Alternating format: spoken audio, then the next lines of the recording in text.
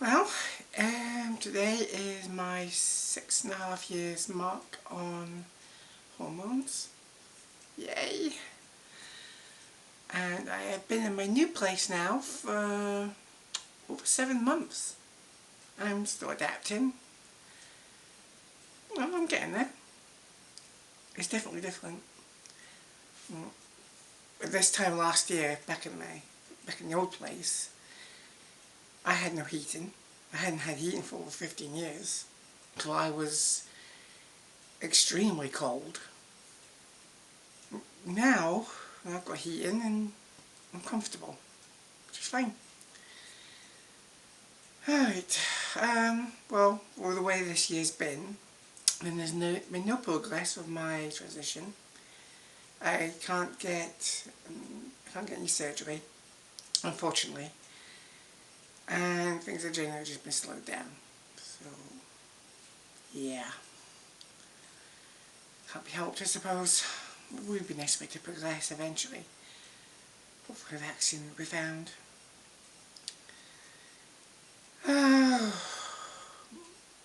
As has probably been seen on the media, transphobics like J.K. Rowling and more have been spouting their usual nonsense, attacking trans people left, right and centre. It's quite annoying. I mean, they are so obsessed with reproductive organs that they completely dismiss the fact that a person is so much more than whatever's between their legs. It's infuriating. Oh, they've been causing a lot of harm. If I look tired, it's because I am. My sleep's been a bit weird. I haven't been getting the best of sleep. What else? Thinking. Yeah, just been trying to keep busy. I'm used to spending most of my time alone, so isolation I can endure, though I am a little bit lonely and I do miss my family. I haven't been to see them all that often.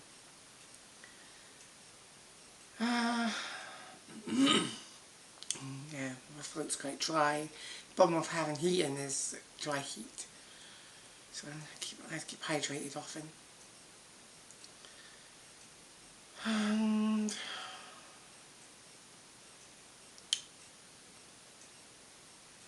well, I'm trying to keep busy as I always do, and haven't done as much writing as I would like. I'd like to soon. I have been given two story ideas to consider. My own one didn't quite work out. Just a few ideas didn't quite gel together. And mental health wise, I'm enduring. My depression and anxiety have been a bit too high. Not really a whole lot I can do about that. Just keep going day by day. Keep it on. And, well, that's really about it. Some transphobic from the old place has found out where I live and has been banging on my doors and windows very early in the morning, which hasn't been helping my sleep. Whoever the sad loser is, they really should grow up and get over themselves. I am not going to detransition. I am quite happy being the woman I am.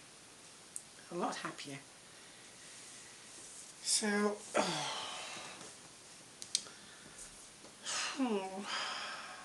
yeah. It's going to take me time to adapt to this new place. I have heating in the century. It's like bang in the centre of town, more or less. So I have pretty good access to shops and such. More or less. It's still a good walk to some places. So you usually have to hope that the weather's reasonable, and after all, this is Scotland, so, reasonable weather? Not likely.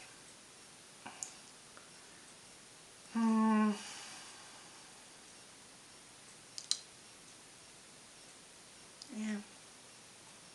It's been mostly quiet, except for that transphobic. It has been largely pretty quiet. It's been peaceful. It's been lovely. I've really enjoyed my peace and quiet. It's made a change from how it was back in the old place. Well, it'd be harassed so often and windows being smashed.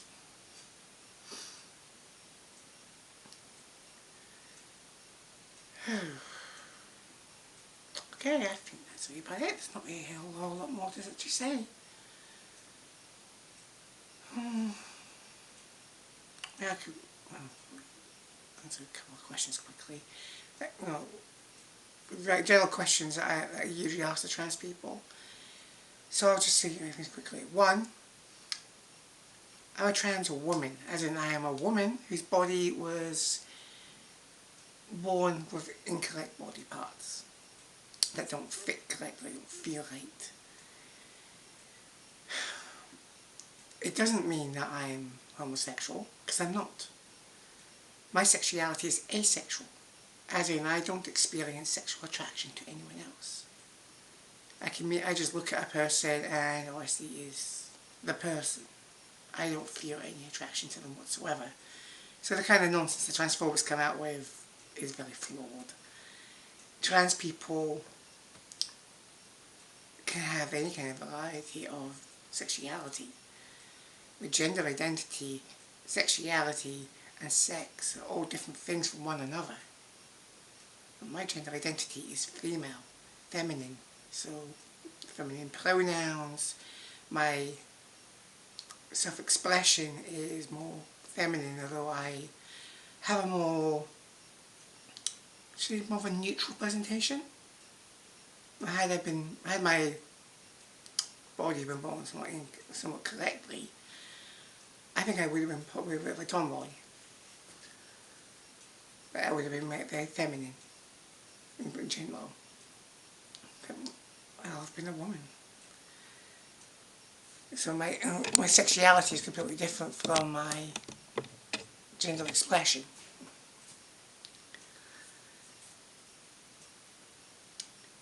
My sense of self is feminine, not male.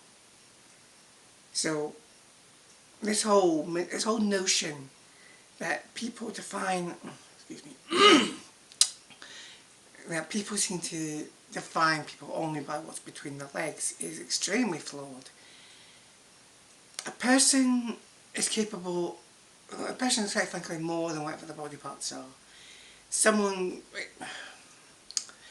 could be infertile, they could be barren, they could lose limbs, they could lose particular body parts throughout the course of their life. They could be born without particular body parts. It doesn't make them any less of a person. This simply means that they just have something less. And they pretty much adapt. Well, they do their best to adapt. They live their life as best they can, despite any limitations. It's not an easy thing to do, but people do their best, which is kind of quite impressive, very impressive. So reducing a person to their reproductive organs is extremely flawed. That's the kind of thing that has been done to cisgender women for centuries. Essentially reducing them to their body parts, denying them their freedom, denying them any rights. So that kind of thinking is very flawed and very oppressive. People are so much more than whatever body parts they have or may not have. They're vastly more. Being a person isn't defined by your groin. It's defined by your actions, your personality, your expression, your sense of self, your actions in life. That's what defines you. Right. What else? My body parts don't detach and go off on their own. If they did, I'd probably stab them. I'd probably throw them in a bin. let any of the local cats catch them. It's not like my body parts don't do a kite and then go off on their own. If anything, the HRT has effectively rendered me pretty much sterile, with very little to no stimulation in regards to that area. So when I do use female assigned public bathrooms, I just tend to my waste management needs, wash my hands and get out. And if I need to freshen myself up, I will, with a quick splash of water on my face and just sort up my hair. But that's about it. I have no interest in hurting anyone. What would be the point in doing that? My life is hard enough as it is. I won't make it worse for anyone else, let alone myself. There's no point in hurting anyone. But this year in particular has been really hard. Why make it harder? Where's the point in that? Where's the logic? Why harm anyone? What's the point? Better just to be at least kind, compassionate as best you can, respectful, understanding, and just let people live their lives as best you can, as long as they're not hurting anyone and as long as you're not hurting anyone. It's not a lot to ask. Treating people like garbage just because they're different from you doesn't make you a better person. It doesn't make you a moral person. It just means you're complete and not total utter brat.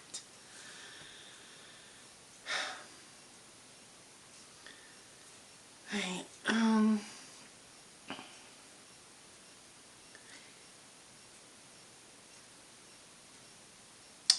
yeah, what else would you say? So I think I'm going to be done for now, for the next 6 months. So this is Lena Watt, signing off for now, and we used to 7 years in the HRT, if we get it long, if the plats in power don't go end in the world anytime soon. All done. Signing off.